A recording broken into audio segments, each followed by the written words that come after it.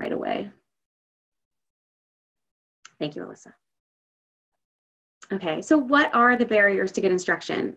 Of course, behavior. You may have students that misbehave. You may have other people that come into your classroom or things happening outside of your classroom that get your students riled up.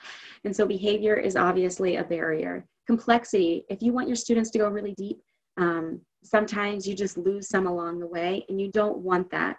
And so that is where StartSOLE, it's not very complex. And since the students are pretty much doing their own research and learning, the behavior usually is not an issue. The only time I've ever had behavior as an issue is with StartSOLE, is if they didn't know where to go in order to research. So sometimes I left it too open-ended for them, and it's something you learn whenever you do them. The only other behavior is one time it was young students and we were studying predators and prey, and they kind of wanted to demonstrate it, and it just seemed to get a little out of hand, but it was very humorous nonetheless. So there's always that option. Cost. StartSOLE is completely free. I know that was always a barrier in my STEM classroom, is it was like there were great tools that could enhance certain parts of education, but they cost a lot. And so that is one thing that StartSOLE doesn't have. It is completely free, and their website is really well done, as well as their app, which I'll talk about their app later. That's also free, but it is one of the most intuitive, easy apps to use. And then time. One thing about StartSOLE is really nice is it can be flexible. If you have 30-minute classes, you can use it. If you have an hour and 30-minute classes, you can still use it.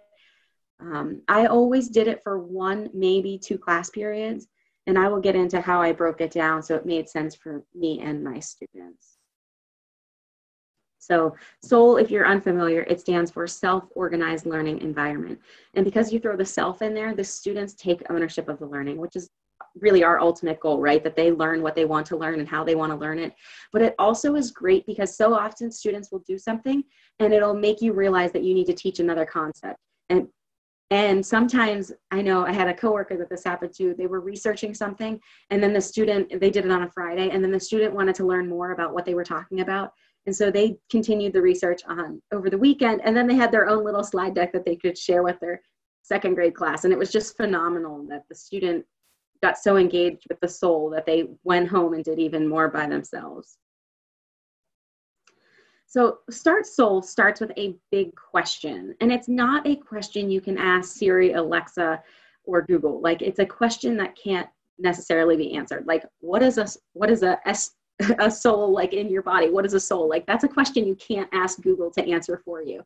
And so this is great because you get to ask these questions that really get kids thinking and researching, or maybe it's just a question that will require them to go a little deeper. So the questioning is key. It is what makes or breaks a SOLE, really. But one thing that is wonderful is the SOLE website has thousands of questions for you to explore. So you can go in and look at their question library and come up with really great questions. And so today you will be doing one also. I hope I picked a decent question for all the educators in this group. But then the students get to investigate, and you can put stipulations on their investigation. So I participated in one that said you couldn't use any .com. So although you're using the internet, you have to find better resources than things on .com. So whether you use .edu or .org. And so that was a stipulation for us. If you teach young students, you want to completely guide them on sites to use. So you will maybe just have 3 websites that you know they can find the information on, whether they're studying predators and prey or climates in certain regions, I mean, whatever you're studying. And so you would guide them to very specific websites that they would get that information on. And then the review is my favorite part because that is where the students show off what they've learned. So it's where they make their presentation and they present it, which that is a skill that a lot of students don't have. And so you will really appreciate watching your students get in front of the class and share what they just learned. Whether they make a slide deck, whether they just draw a picture, whether they stand up there with note cards, and it could be their first time speaking with note cards. So I did this with 5th graders a couple years ago, and I was amazed that it was their first time doing public speaking. I don't know how it had missed them the first few years of education, but like we taught about not writing everything down that they want to say, but just having the major concepts that will trigger things in their mind. So it leads to a lot of soft skills teaching as well, which I really like. I'm going to show you a video on how to get started with your first SOLE. And so please just watch along with us. So you're going to host your first SOLE session. Well, let's start with the basics. You'll need just 3 things: a couple of computer devices, an internet connection, and students. That's it. The process is quite simple. It's just about supporting the flow. A SOLE session is split into 3 distinct phases: asking a big question, investigating, and reviewing. SOLEs are done over a single class period. The duration of each phase will vary based on the length of your class. Say you have an hour. The question phase will run about 5 minutes, the investigation phase about 30 minutes, and the review phase about 25 minutes. So let's dig into the first phase. Each SOLE session begins with a big question. Big questions do not have an easy answer and often lead to more questions. They inspire deep conversations and encourage children to offer theories, work collaboratively, use reason, and think critically. Big questions vary. They often tie in with what children are learning at school, come from their everyday experiences, or maybe even something completely new. They typically connect more than one subject area. What is an insect, for instance, does not touch as many different subjects as what would happen to Earth if all insects disappeared. And our community has an incredible database of big questions available on the SOLE CLE website that can be sorted by general topics, grade level, subject matter, and even specific content standards.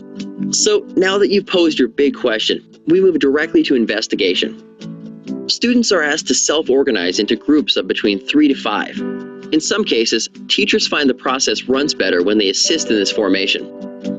And now, the adventures begin. Students start to explore, jumping on computers and searching. The role of the educator here is to coach the process. Open and supportive questions are helpful.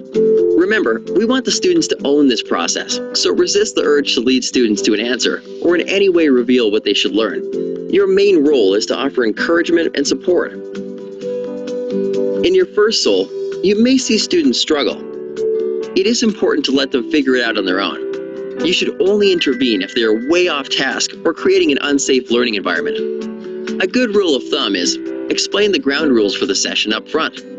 Let students know it is okay to move from group to group anytime they'd like, but they are expected to present with the group they started with. They are encouraged to share what they've learned with other groups. Now to the final phase, review. Here, each group presents their findings and discussion is encouraged. This is an important moment. It gives students an opportunity to communicate what they found out and where they found it. Use this time to listen to what students learned, praise their discoveries, and encourage debate between them. Ask the groups how they found their answers and what they think went well as what they could do differently next time. Every time students participate in SOLE, they are learning how to think critically, work collaboratively, use creativity, and communicate effectively.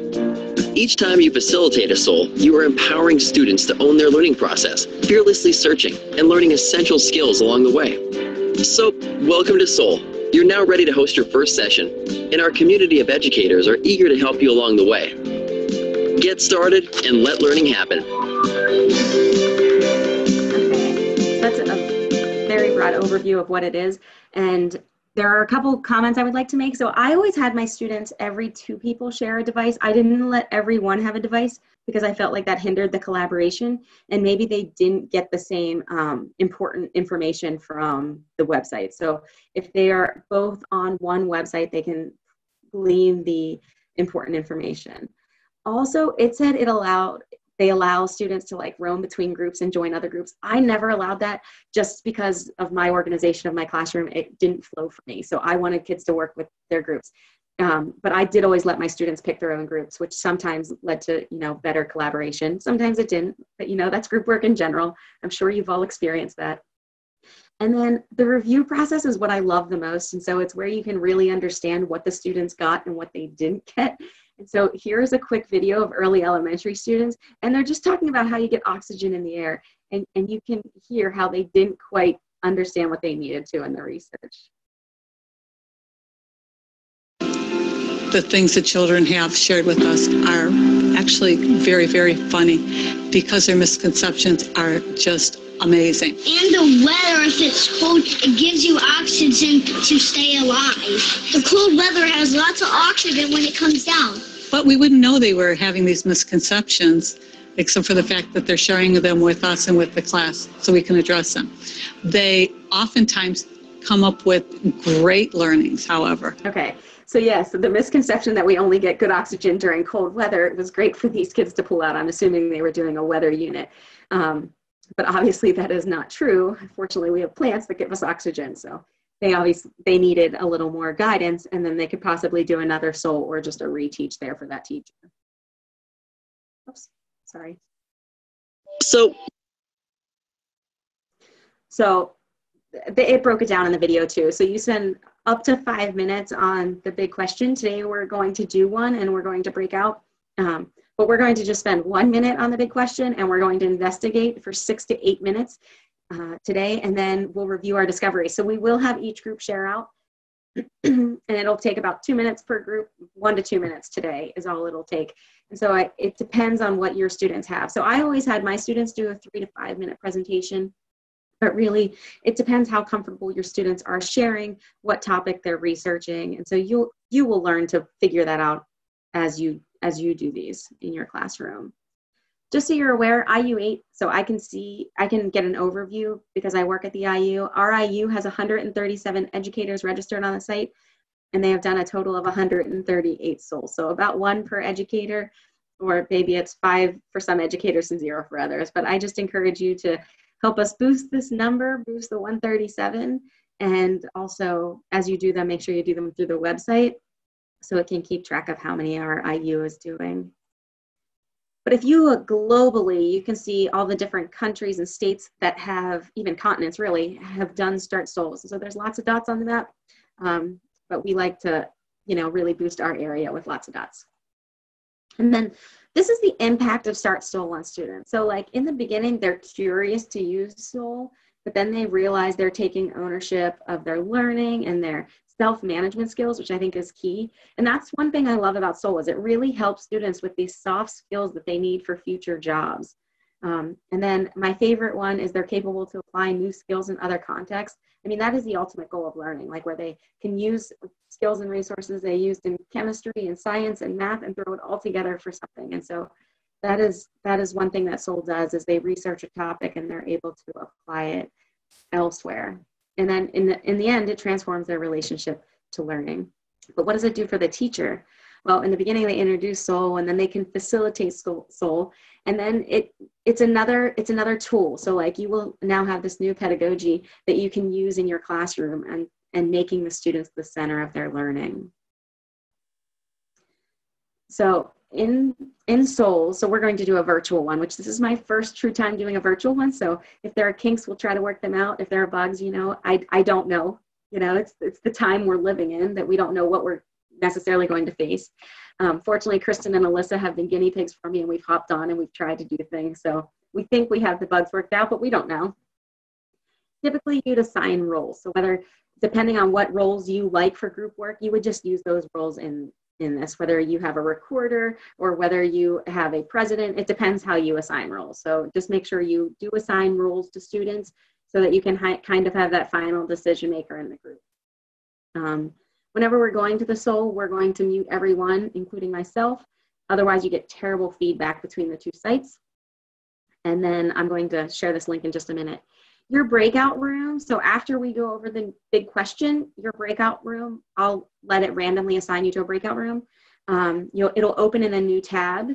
And if you upload anything in your breakout room, it doesn't transfer back to the main room. So if you guys decide you want to do like a mini slide deck or something, you're welcome to do that. If you want to hold a sheet of paper, if you just want to talk at the end, it doesn't matter. Like the review is really open to what you would like it to be. So you can control that for your students. You may say everyone's doing a Google slide show at the end for the review, but I'm not going to do that. I'm going to let you guys be as creative as you want, or as if you just want to read your notes or talk about what your group discussed, because ours should create some good discussion.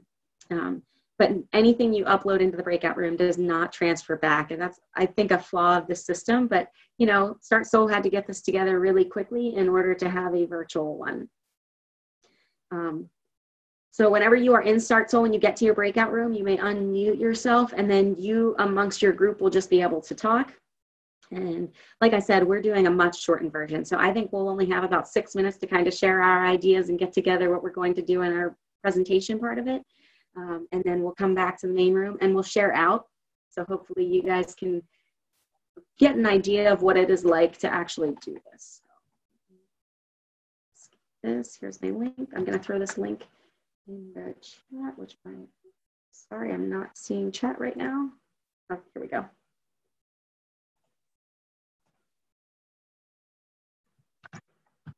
So it should be, oh, sorry.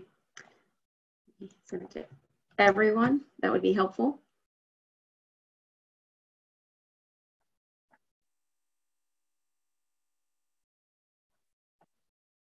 All right, and so whenever you click in, please type your name.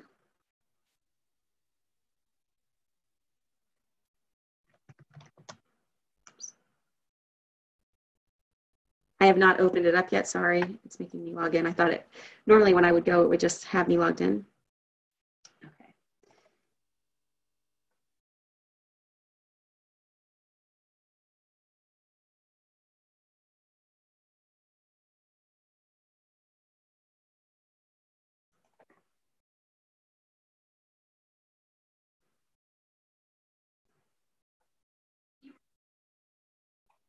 You are currently the only person in this conference. You are now muted. Are you guys able to click that link? I may have opened the wrong one. I didn't realize I had two. Okay. Yes, people are getting in. Awesome.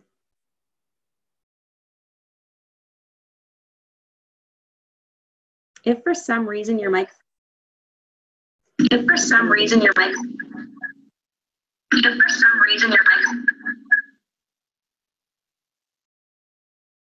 You are now unmuted.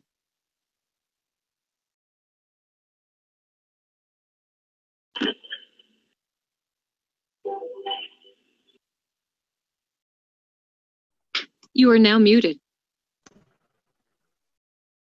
if your microphone doesn't work, try a different web browser. I see a few of us are in, but not everyone, so we're going to give this another minute. Please click the link in the chat so you can join in.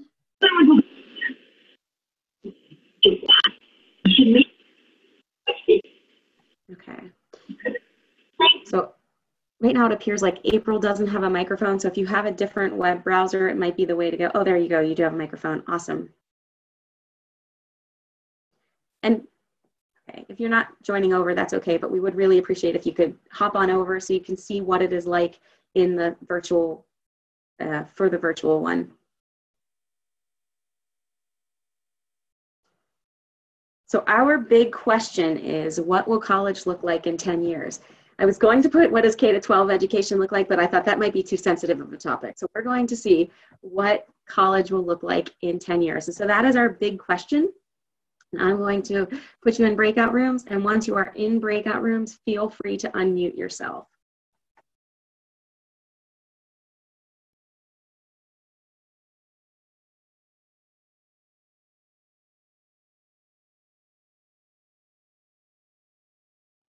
In this video, you'll be introduced to StartSOLE Virtual.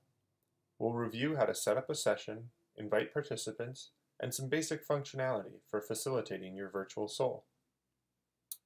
To get started, we'll click on the blue Virtual SOLE button. This screen gives a brief introduction to StartSOLE Virtual and 3 options for getting started with a big question. You can search for a question using Explore, choose from a list of your favorites using My Questions, or add your own question with the Add a Question button. For this demo, I'm going to explore for Next Generation Science Standard questions from 5th grade that are about the sun. Once you found a question you like, click on the blue Virtual SOLE button. Confirm your selection here by clicking Set up Virtual SOLE. Now we're ready to go virtual. On this page, we can copy the URL for participants and send this to students or others who might be joining our SOLE. We can also click on Settings to select some basic security permissions for our virtual SOLE session, or review some tutorials about using the video conferencing client. When you're ready to get started, click on the Get Started button. When you join your virtual SOLE session, the first thing you'll need to do is select how you want to join the audio. The Listen Only option will join without microphone access, so in most cases, you'll want to click on the microphone option and let participants know that they should do the same. Once I'm connected to my virtual SOLE session, I see three main areas: the presentation, the public chat that's open here by default, and the users list. I don't have any participants yet, so let's quickly switch over to the participant view and see what it's like for students or others to join a SOLE session. When a participant clicks the invitation link you created for your SOLE, they are taken to a page where they can enter their name and join the session as soon as you've entered and started the SOLE. I'll put in a sample name here. Hit join. There are three different roles in virtual SOLE sessions: the moderator, who has the highest level of privilege, the presenter, who can control what's displayed in the presentation area, and viewers. By default, the creator of the virtual SOLE is the moderator, and all other presenters join as viewers. As the moderator, you're also able to change others' roles. When you're not talking, you can mute yourself using this button. When a user is muted, you'll see that their microphone icon in the users list turns red. As a moderator, you can also click on any user and mute or unmute their microphone. There's also an advanced option available under the gear icon here to mute all users except the presenter. This can be helpful when you have a large number of participants in a SOLE session and want to minimize background noise. If you see a participant with a blank icon next to their name, this means they either haven't selected their audio option yet or are having trouble connecting. Instruct them to refresh the page and try connecting again. If you see a participant with a blank icon next to their name, this means they either haven't selected their audio option yet or are having trouble connecting. Instruct them to refresh the page and try again. As the moderator, you also have the option to lock viewers. Click on the gear icon here and select Lock Viewers. This allows you to set detailed permissions for all participants, which can be helpful for managing a SOLE session with lots of participants. During the investigation phase of your SOLE, you can put participants in breakout rooms to work in small groups. Click on the gear icon, then select Create Breakout Rooms. You can choose the number of rooms here and set the duration in minutes. You can drag and drop participants into specific rooms or click Randomly Assign to have them randomly assigned. If you check this box, participants will be able to choose which breakout room they'd like to join. Click Create to start your breakout rooms. When you join a new breakout room, you're opening up a version of the meeting in a separate tab. When you join a new breakout room, you'll be in a separate tab with a version of your SOLE session that's similar to the functionality in the main room, but includes a timer at the top letting you know how much time is remaining in your breakout room. If you've started breakout rooms, you'll see the Breakouts Room tab appear in the left pane here, and you can see a list of participants in each room. As a moderator, you can enter into the rooms by using the Join Room option here to observe the small group work. Clicking End All Breakout Rooms will bring everyone back to the main session. When participants return to the main SOLE session, they'll have to select microphone again for their audio connection. If participants are having trouble reconnecting to audio when they come back from the breakout room, instruct them to rejoin audio or try refreshing the page to reconnect. The presentation area will be populated with a default simple presentation designed for your SOLE. You can use the toolbar on the right side to mark up your presentation with text, drawings, or shapes. You can also turn on this collaborative whiteboard option here to allow viewers to edit as well. As a presenter, you can use the blue plus icon in the bottom left corner of the screen to control the presentation. You can start a poll, upload a new presentation, or watch an external video. As a moderator, you can also make other participants presenters. Clicking on their name and selecting Make Presenter passes control of the presentation space to that user. At any time, you can undo this by clicking on your name and taking back the presenter role. To end your virtual SOLE session, select the menu icon in the top right corner and hit End Meeting. This will remove all participants, end the session, and start processing your recording if you selected the recording option.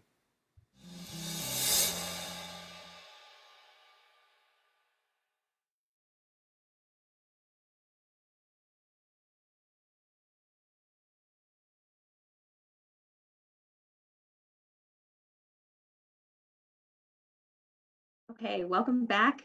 I'm sorry, I didn't mean for the breakout rooms to be so short, but they were what they were. So I think this is a great time to just really have open discussion about what college may be like in 10 years, because I think it would be interesting to hear your different opinions. So feel free to share.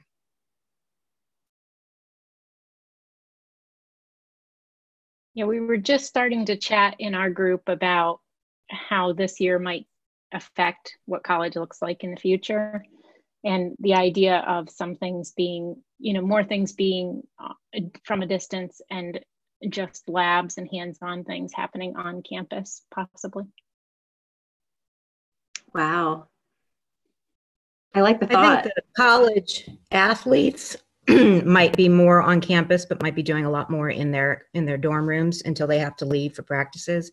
My son's an athlete, and his coach has an app, and he tracks them on their training and stuff while he's home, and then reports back to them. But they're going to have to meet sometime, so they're going to still have to get together to do their college sports. Yeah, let's hope that there's college sports. Yeah, very true. And I don't know, I would feel very sad if college went to totally virtual. I mean, that's quite an experience. I never had sisters, so, I didn't get to live with anyone. And that prepares you for marriage. I don't think anything prepares you for that. Yeah, a little bit. Sharing space. Yeah.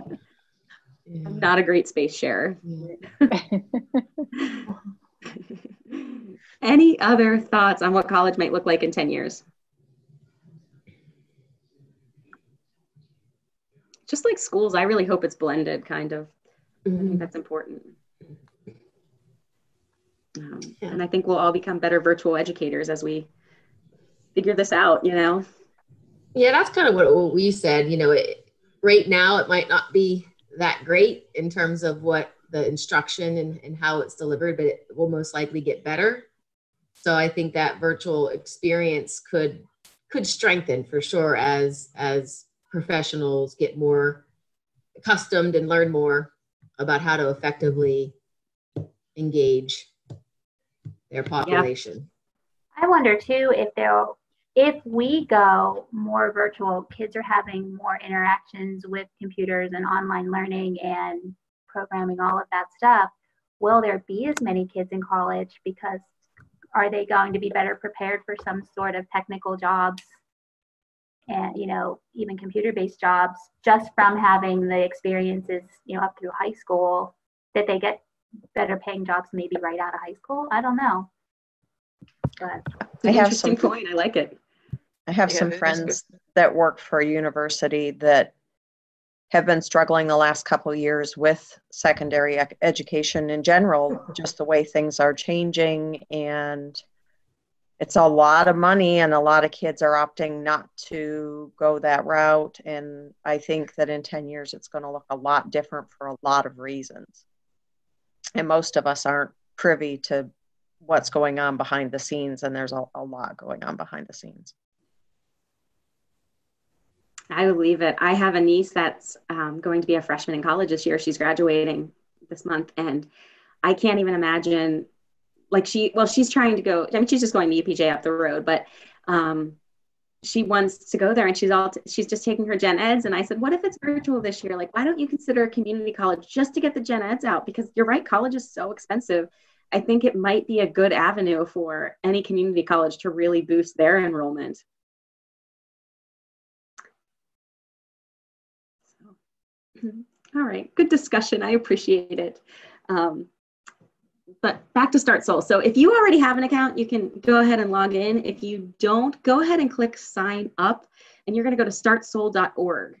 So I know in that video we watched initially, it had a different website, but it is definitely startsole.org now.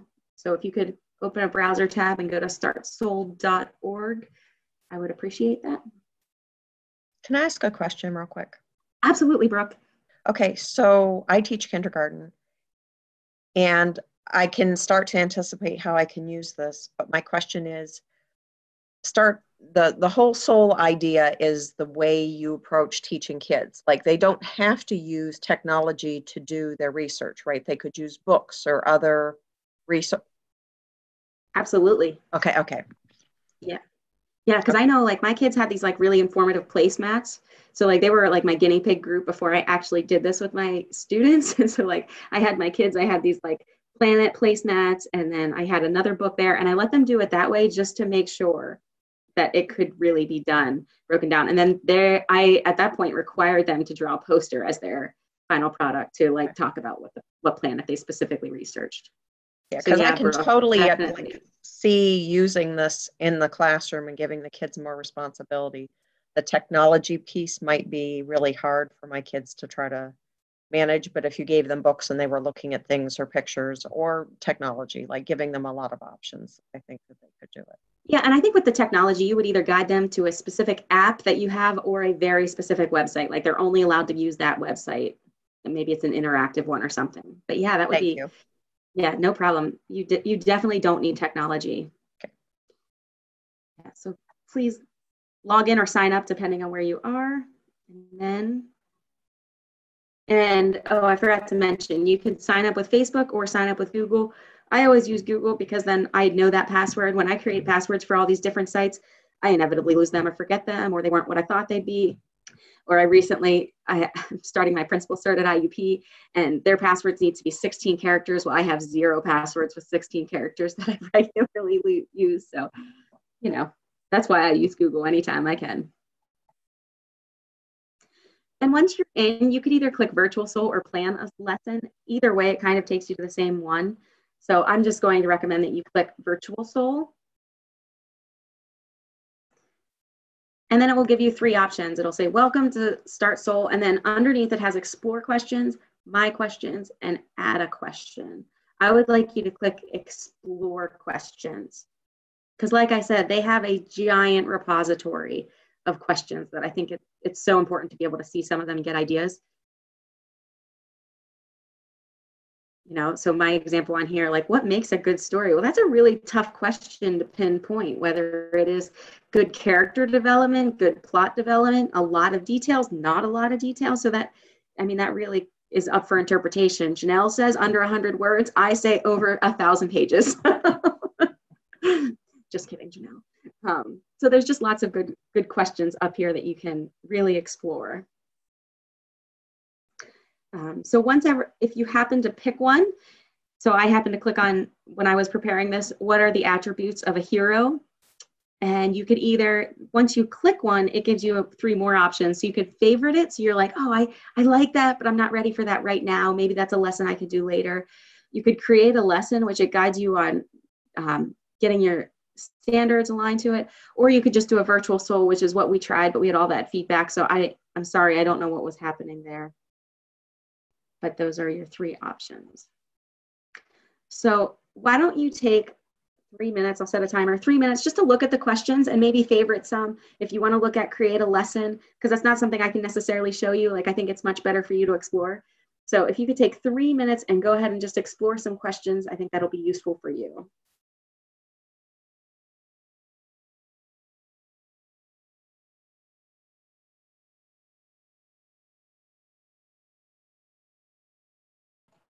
I forgot to mention you can search by a keyword, filter by subject, or filter by grade. Hopefully you discovered that as well.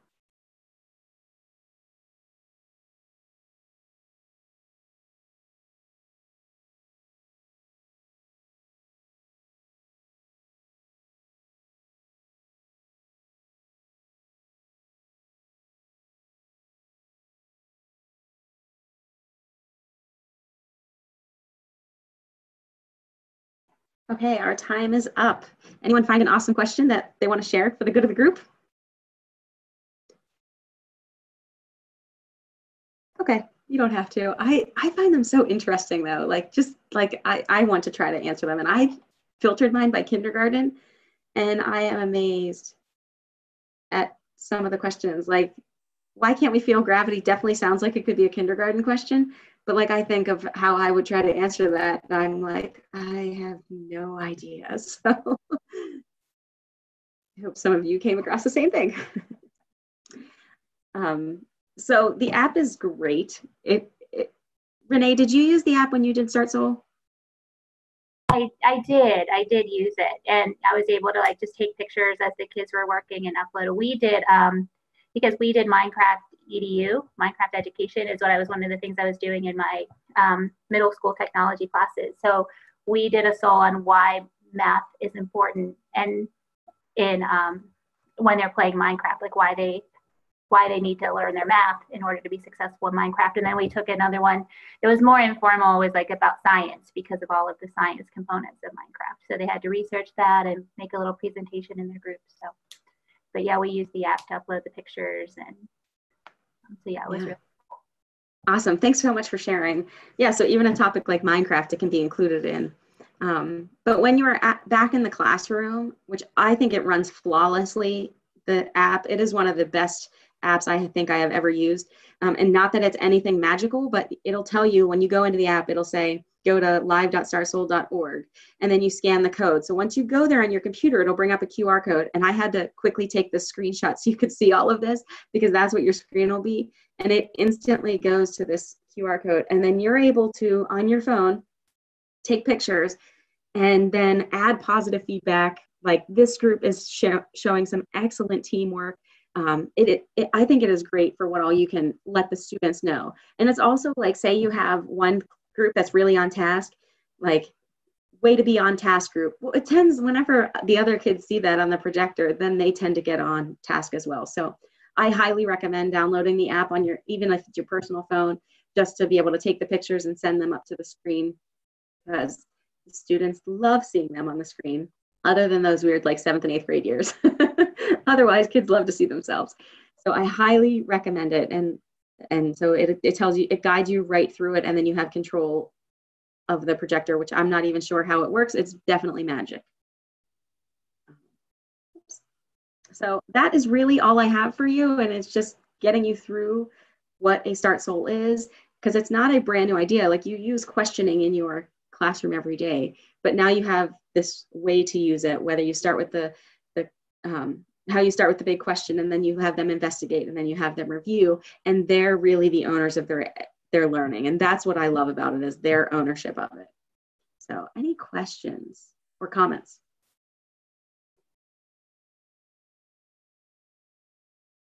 I just had one. When I was poking around the website, and the questions that teachers post, are you able to get on to see their kids' results? I didn't see that anywhere. I didn't know if I just wasn't looking anywhere at the right place.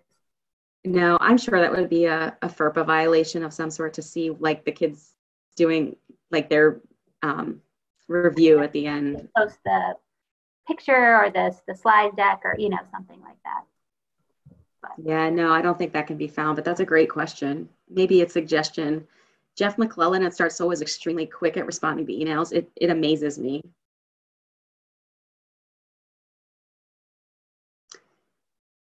Yeah, Chris, I like your comment. Yes, the hardest part is coming up with the thought-provoking question, and they have so many, and they have gotten so much better, because I started using StartSOLE in 2016, and from 2016, like, there were not many great questions till 2020. I think there are so many great questions.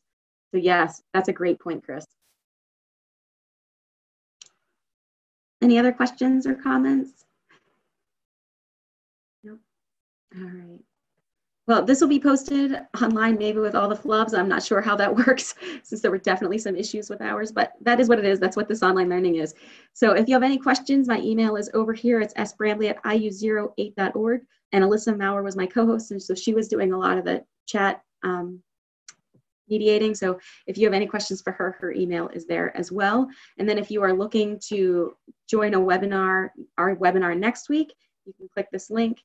And then if you need to talk to someone specifically, like say you have, I don't know, an ESL question, you can get on our office hours and Leonard will be your man for that. So thank you so much for joining us, and you have a great day.